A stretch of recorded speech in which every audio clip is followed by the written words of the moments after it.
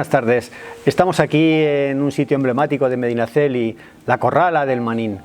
Y vamos a entrevistar a Manín, que es un personaje emblemático en Medinaceli. Es un personaje carismático, es una reliquia, todo el mundo es una reliquia viviente, por supuesto, y que viva muchos años. Le vamos a hacer algunas preguntas para que nos comente sus vivencias, sus historias, sus recuerdos, que vale la pena. La primera pregunta que le vamos a hacer es que nos hable un poco de su infancia, de sus momentos, de sus recuerdos de Medinaceli, de sus primeros días aquí en las escuelas, en su familia, que nos hable un poco de la familia, que nos hable un poco de cómo fueron aquellos días Bernardino Mariano, más conocido como Manín. Manín, cuando quieras. Bueno, pues oye, en cuanto a la escuela, íbamos a la escuela desde los 6 años hasta los 14. Nos tenían en la escuela y era muy sagrado el perder un día, porque el maestro nos castigaba y todas esas cosas y tal. Después de los 14, pues a trabajar al campo. Oye, era lo que había. En el verano a segar, con una voz todo el día desde que amanecía hasta que anochecía, luego a carrear, luego trillar, todas las faenas del campo. Ahora, yo a los 14, pues mi padre puso la panadería y ya pues me dediqué un poco más con un panadero que buscamos entonces, pues a aprender y ayudarle al obrero aquel. Y claro, pues luego como aquí en el pueblo había tan poco personal, pues para dedicarse uno a eso, pues había que buscar más faena. Y entonces empecé a ir a los pueblos. Y yo medios para ir a los pueblos, pues la verdad que no tenía. Cogía una bicicleta, le ponía una tabla así larga encima del soporte y ponía un saco lleno de gazas. Y coño, pues que antes había unos en Blocona que tenían una máquina de hacer cine y iban haciéndolo de pueblo en pueblo. Y aquel día estaban en Beltejar y dejo la mula allí en la calle y me voy al cine. Cuando salgo no estaba. Se había venido a casa. Y oye, pues mira, a patita, carretera adelante, pero dando la vuelta por las huertas de Sincona y todo eso. Y luego hasta venir aquí a Medina. Cuando vengo, ahí estaba trancada en un árbol. Muy bien, Manín. Las historias que nos has contado de tus primeros años como trabajador, como panadero, son preciosas, son muy bonitas y nos demuestran lo que habéis trabajado vosotros, vuestra generación, lo que habéis tenido que trabajar, bueno, mira, lo que habéis sufrido y las penalidades que habéis pasado. Como os he dicho hace un poco, que empecé con una bicicleta y llegaba y en 2 puertas me quedaba, o en 3 me quedaba sin pan y venía por otro viaje y tal, con la bicicleta. Después de levantarte a tal hora de la mañana, hacer el pan, luego coger la bicicleta y vas a llevarlo, he hecho otro viaje más hasta que pude preparar un carro. Muy bien, Manín, muy bien. Y con el carro ya pues llevaba más cantidad y abastecía y tal. Ya en lugar de quedarme con Beltejar solo, bajaba a Blocona, de Blocona a Radona, luego al Cubilla y luego ya pues cuando eso me tocó un poco la lotería, tampoco fue mucho, pero me tocaron 50.000 pesetillas, que es lo que me costó la camioneta, y ya empecé a ir a todos los pueblos, iba a 20 núcleos. Una vida interesante. Permítame que te pregunte un poco por tus años más jóvenes, porque a ti la guerra te cogió joven, tenías 8 o 9 años, pero seguro que tienes algún recuerdo que nos querrás luego comentar, pero ya más joven, cuando ya tenías 18 o 20 años, fuiste a la mili. ¿Dónde fuiste? Cuéntanos un poco esa época de tu vida y algún recuerdo que tengas de la guerra y de cómo se vivía en Medinaceli esos momentos tan duros de la historia de Medinaceli y de la historia de España. Hice la mili porque aquí había un comandante que estaba casado con una de aquí del pueblo y nos recomendaba y me preparó los papeles para ir voluntario. También estuvo mi hermano. Me preparó los papeles y de vez en cuando, pues cuando hacía falta algún permiso, pues también te ayudaba a venir el día de la fiesta y cosas de esas, ¿no? Estabas un poco enchufado, ¿verdad? Eso, claro. Sí.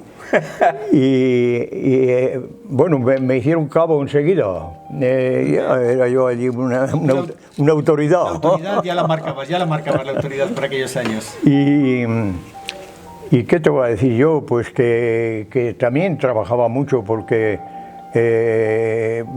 venía mucho. Me daban un mes y otro no. Pues tenía de permiso y venías a trabajar. Y luego me busqué una casa donde llevaba asuntos de aquí, de eso, garbanzos, harina y cosas de esas para ganar una pesetilla. Y en la calle Atocha, más o menos por la mitad, allí entré. ¿Usted no le interesará que le traiga? Sí, hombre, sí, tráeme. Y luego me decía, tráeme más, tráeme más. Pero si ¿a dónde voy con tantos? Y yo solo alzando con 2 moletas, ¿no? Bueno, ¿y de la guerra qué recuerdas? De la guerra en Medinaceli. Bueno, de la guerra en Medinaceli, aparte de que venía un avión y tiraba unas bombicas, a lo mejor eran pequeñas y no eso, pero ya en algunos tejados ya hacía agujero. Pero se asustaban mucho, cuando ¿verdad? caía. Asustaba el ruido de los aviones, sí, cuando venían. Y como digo, mira, la puerta del ayuntamiento, la que era del ayuntamiento, tiene 2 o 3 taladros con un agujero así como el dedo de balas de la guerra, ¿sí? Aún están. Yo cuando paso le miro al agujero. Digo, coño, esta es de entonces. Bueno, y claro, pues de chavales, nuestras madres nos llevaban a alguna bodega del vecino o tal. Y mira, hay una anécdota que no se me olvidará nunca. El caballero, allí en el Arco Árabe, las vacas las llevábamos a los campillos del cementerio, a soltarlas allí para que se las llevaran al prado. Y yo iba con una vaca que mi padre me había mandado, no pensaría que venía el avión tan pronto, y eso. Y cuando iba por la puerta de eso, sale la pobre mujer, me cogió y me metió para adentro. Oye, que la vaca que ya tuvo metralla luego de eso, que me podía haber tocado a mí, ¿no? Menos mal que le tocó a la vaca. Exactamente. Bueno, pues eso, ya me metió a la bodega que tenían allí en su casa y la vaca se fue sola para allá, pero luego le tocó alguna metralla que me podía haber tocado a mí si sigo con la vaca, ¿no? Eso es una de las cosas. Bueno, y en la mili, oye, pues luego estuve al cargo de la gasolina de los coches del mismo cuartel. Llevaba la contabilidad de eso. Y había un comandante que me quería mucho. No, mira a ver si no te vas esta semana. A ver, aquí, o búscame uno de tu confianza. Así me andaba el hombre. Y el día que me licenció, entró mi comandante, que ya me voy. Se levantó el hombre, me dio un abrazo y dice, si quieres entrar en Iberia, ven a verme cuando quieras. Y me dio una tarjeta. Y yo era capitán, cabo en la leche, con una de decir en Iberia te sonaba un poquito bien. Joder. Y digo, me cago en la leche, y jodía, pues en lugar de... Y cuando iba con el carro y la bicicleta y todo eso a vender el pan, pues yo decía, digo, Iberia mejor que esto. Y estaba ya en unas andanzas de irme o de eso hasta que me tocó la lotería. Y ya cambió el oraje. Desde luego es interesante tu vida y yo estoy encantado de la facilidad y lo que estás hablando, porque es que si no te cortamos no paras de hablar. Háblanos un poco de ya cuando eras joven, ¿cómo os relacionabais aquí en Medinaceli los mozos con las chicas? ¿Cómo las festejabais? ¿Qué hacíais cuando ibais al baile? Pues, ¿qué problemas teníais con el cura, con los padres, con las chicas? ¿Qué costumbres había entonces? El salón del baile estaba debajo, según se va para San Román. ¿En el cuartel de Nueva York? Sí, ¿dónde está? ¿Dónde está el cuartel? Allí estaba el salón del baile. Bueno, pues por la tarde cuando salíamos de casa, porque aquí no era fiesta nada más que los domingos. Los sábados no, los sábados había que currar. nuestros padres decían esto hay que ventilarlo antes de ir al baile. Pero bueno, salíamos por la tarde a la taberna. Si bebías algún chatejo, alguna cervecilla o algo, y después al baile. Y claro, estaban allí las chicas. ¿Con orquesta? No, ¿qué va? Un altavoz. Un tocadiscos. Un altavoz, un tocadiscos. Sí. Aquel era más o menos ruido, más cargado de bombo o menos. Mucho paso doble, mucho tango, ¿eh? Sí, el Casto y el Felipe. El Felipe, ese que el padre de Joséchu. Sí. Ese lo llevó muchos años, era de ellos, vamos. Después lo vendieron y lo compró el que estaba en el cuartel. Y como digo, allí veías a la chica y con la que simpatizabas y eso, pues te acercabas a ella, claro. Claro, si quería bailar o le invitabas a una gaseosa. Siempre con buen comportamiento. Pues se acompañaba por los campillos. Y os daban muchas calabazas, ¿no? Alguna a lo mejor caería, pero si acudías ya a la que sabías que no te iba a decir que no, sí. Pues no le decías nada. No, yo sí tuve buena aceptación en las chicas. En los pueblos no me faltaba asuntillo por ahí. Es que eras buen mozo, Manín, eras buen mozo tú. Yo qué sé, eras un buen partido, no sé si sería porque iba a vender pan o porque sería, la cuestión es que sí, acarreaba alguna. Bien, bueno, vamos a pasar a otra fase de tu vida que es muy importante también. Ya has pasado la juventud, has pasado la guerra, ya tienes la familia, que luego si quieres nos hablas un poco de tu familia, ya estás establecido en Medinaceli y ya pues tienes unas inquietudes un poco más sociales, más para el pueblo, y entonces sales elegido como un miembro de la Corporación Municipal de Medinaceli. Sí. Y eres el teniente de alcalde, el primer teniente de alcalde de Medinaceli, y acometes mejoras importantísimas de Medinaceli. Cuéntanos esa etapa de tu vida. Bueno, yo lo primero, con el alcalde me llevaba bastante bien, a pesar de que siempre ha habido un poco de criterio de decir lo queremos todo para abajo o todo para arriba, los de arriba para arriba y los de abajo para abajo. Pero, oye, las pavimentaciones que tiene Medinaceli les hacía falta un arreglo, por supuesto, pero bueno, cuando se hicieron, pues yo estaba metido ahí hasta las narices. Iba a cargar la piedra a la cantera porque el viaje que no estabas traían bolos en lugar de losas y todas esas cosas. Y llevaba un jaleo tanto como para mi casa. Claro, porque en aquella época tú tenías pero eso, como ganas digo, de trabajar para Medinaceli. Ahora, entonces el Jacinto lo tuve de la parte en lo que correspondía al ayuntamiento para solicitar obras a Diputación y todas esas cosas, lo que nunca se me negó. Siempre estuvo la cosa. Contigo, muy bien. Y oye, pues gracias a eso pues se pudo ir haciendo, que por cierto ahora hace ya bastante que no han hecho ninguna, y por allá abajo por San Román aún está sin hacer. Ahora que hay algunas cosas que se han estropeado, todos los pavimentos y todo, pero eso se podía coger y las llagas de piedra con piedra, echarle cemento nuevo y se quedaba para otros años pues muy bien. En el humilladero se hizo el tejado. El tejado estaba en muy malas condiciones y se hizo y San Julián. San Julián, el que es hoy su patrón, o sea, su día. Ahí con dinero entre el coto de caza y tal, que lo administraba la asociación de vecinos. Fui presidente de la asociación de vecinos, fui casi 20 años, y administraba las obras a través de la asociación. Dábamos cuentas una vez al año, teníamos una reunión en las escuelas o en el CID y se explicaban las cuentas de lo que se había gastado en el tejado de San Julián, en la pavimentación tal o en la todo eso. Sí, en definitiva, tú hiciste para Medinaceli durante aquellos años muchas obras interesantes para el pueblo, posiblemente también hiciste algo del albergue, no sé si en aquella época tuya también se arregló el arco romano. También el albergue. La parroquia, sí. También el albergue lo cedió Turismo a la asociación de vecinos, Sí.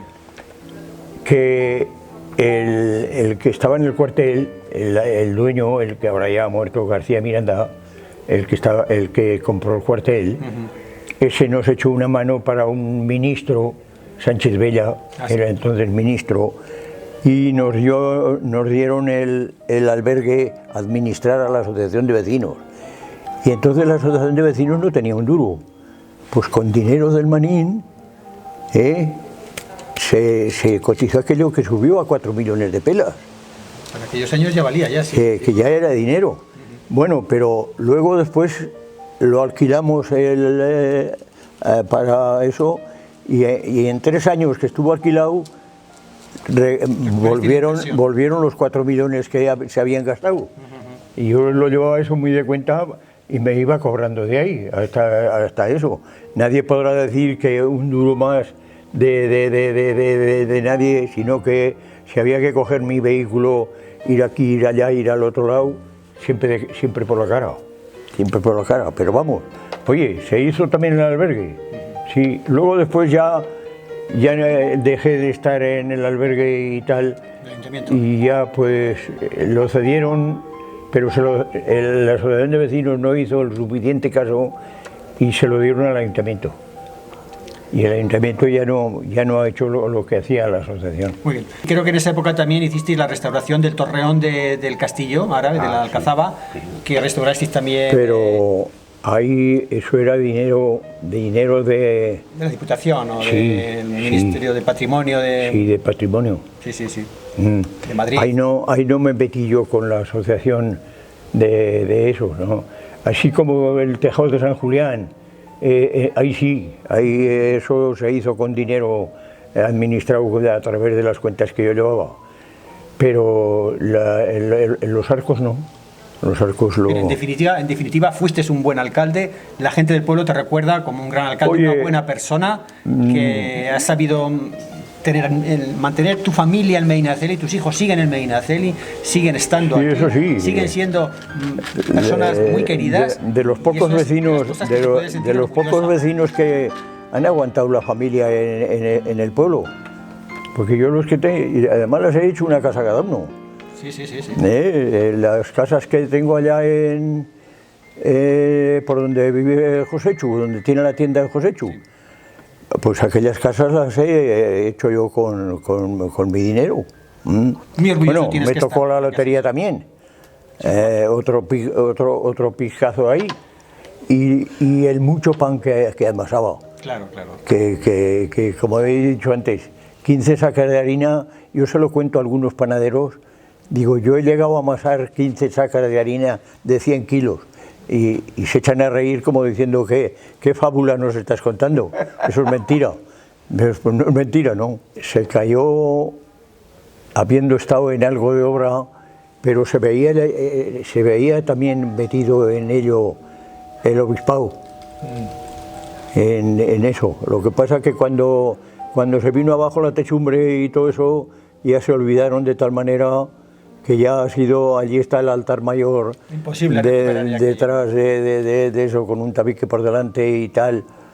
Oye, parece que eso había que haberle echado mano y haberlo sacado adelante. Hubiera sido un hito muy importante en Medinaceli que alguien se hubiera atrevido a invertir dinero y que hubiera tenido todos los permisos, tanto del obispado como del ayuntamiento, como de diputaciones, porque a veces por motivos políticos o por motivos no se han hecho cosas aquí en Medinaceli. Vamos a ver, tú ya una vez que Medinaceli, porque claro, Medinaceli hasta los años 60 era un pueblo próspero, un pueblo agrícola, en los años 60 hubo una evasión tremenda, la gente se fue de Medinaceli a Madrid, a Barcelona, a Zaragoza, a Soria, Medinaceli se quedó prácticamente deshabitada, os quedasteis aquí muy poca gente, luego tú fuiste la etapa que fuiste alcalde, se mejoraron muchas cosas, y luego ya pues Medinaceli también se quedó durante unos años muy abandonado porque el ayuntamiento se bajó abajo, las escuelas también se bajaron abajo, el cuartel. Medinaceli se quedó como un pueblo sin alma. Entonces quedasteis aquí pues un poco desatendidos, desamparados, ¿no? Cuéntanos un poco cómo sentisteis en Medinaceli y cómo salisteis, cómo pudisteis superar esa fase. Fíjate tú, Medinaceli entonces, aquí estaban los juzgados, aquí estaban todas las dependencias. Claro. la Guardia Civil, todas las dependencias estaban aquí.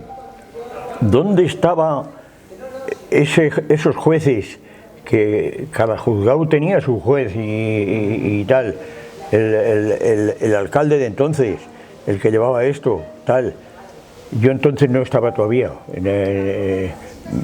Por un sitio me alegro porque a lo mejor me hubiera visto metido también en él, pero yo no le echo la culpa a los 4 o 5 concejales o 6 que había de aquí, porque un poco a la ignorancia, pero ¿dónde estaban esos que he contado de jueces y de tal, que no echaron una mano en decir a Medinaceli no le interesa el hacer la fusión? Claro. Vamos a quedarnos, aunque sea nosotros solos. Los que tenían capacidad para haber decidido. Tenía capacidad que para siguiera siendo un partido judicial. Exactamente. Si y no hacía falta hacer una fusión y además firmar a que el centro sea bajo. Por lo menos que nosotros somos la cabeza, porque esto era la cabeza, era cabeza de partido. Pues por lo menos decir, nosotros somos la cabeza y aquí estamos, os recibimos con los brazos abiertos, venir al que queráis, claro. Pero firmar nosotros para irnos, no. Y firmaron para irse. Yo me acuerdo en una reunión de esas de Cacho Dalda. Sí, del periodista. El periodista, que el Dauder, no sé si habéis conocido al Dauder. Sí, que sí, era posible. La historia, el que llevaba la... Ese era teniente de alcalde cuando se hizo la fusión, y dice, yo como sabía lo que iba a pasar no quise firmar, y digo, hombre Antonio, digo, pues mal hecho, si tú sabías lo que iba a pasar, ¿por qué no les abriste los ojos a los otros y haberos negado a firmar? No tú solo, sino los 8 o 9, los que fueran. Entonces me parece que había 9. Y al otro día bajo al ayuntamiento, miro el acta y estaba allí firmado como rubricado está. Y me digo, mira, ayer dice que no eso, y el primero que firmó fue él.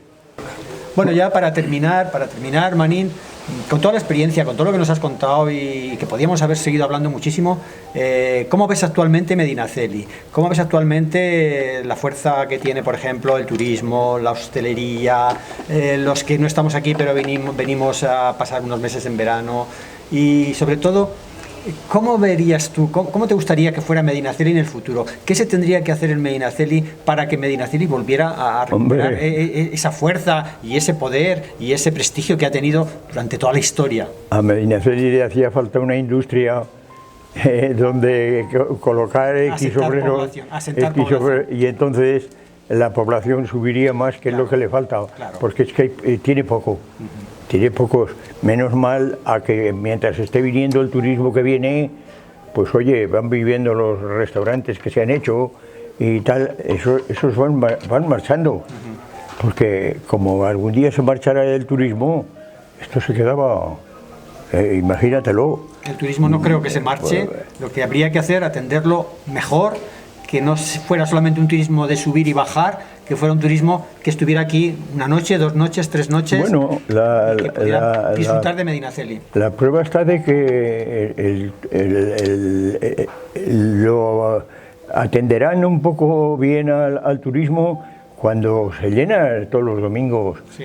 En cuanto hay fiesta y el agosto y tal, se llenan los restaurantes y tal, y a lo mejor abajo, antes con la carretera, pues lo llenaban con la carretera, ¿no? Sí. Pero sin embargo ahora que han hecho la autovía se marcha mucha gente directamente a su camino y aquello ha mermado un montón. Ahora, el día que no es fiesta, pues esto también le falla. En los meses de invierno también hay menos. También falla mucho. Por eso sois unos héroes los que os queréis. Y oye, en cuanto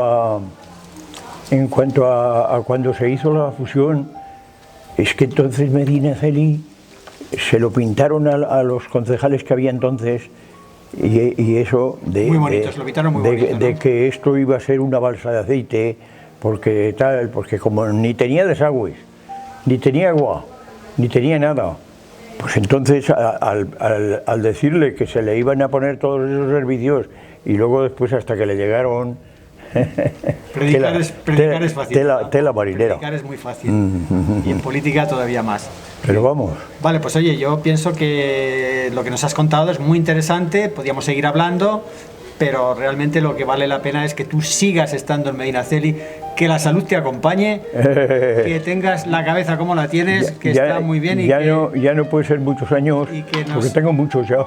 Bueno, pero aquí en Medinaceli la gente vivís muchos años, ¿eh? Que tu familia sé que te va a atender muy bien y agradecerte mucho esta entrevista que nos has dado porque va a ser un legado para las generaciones.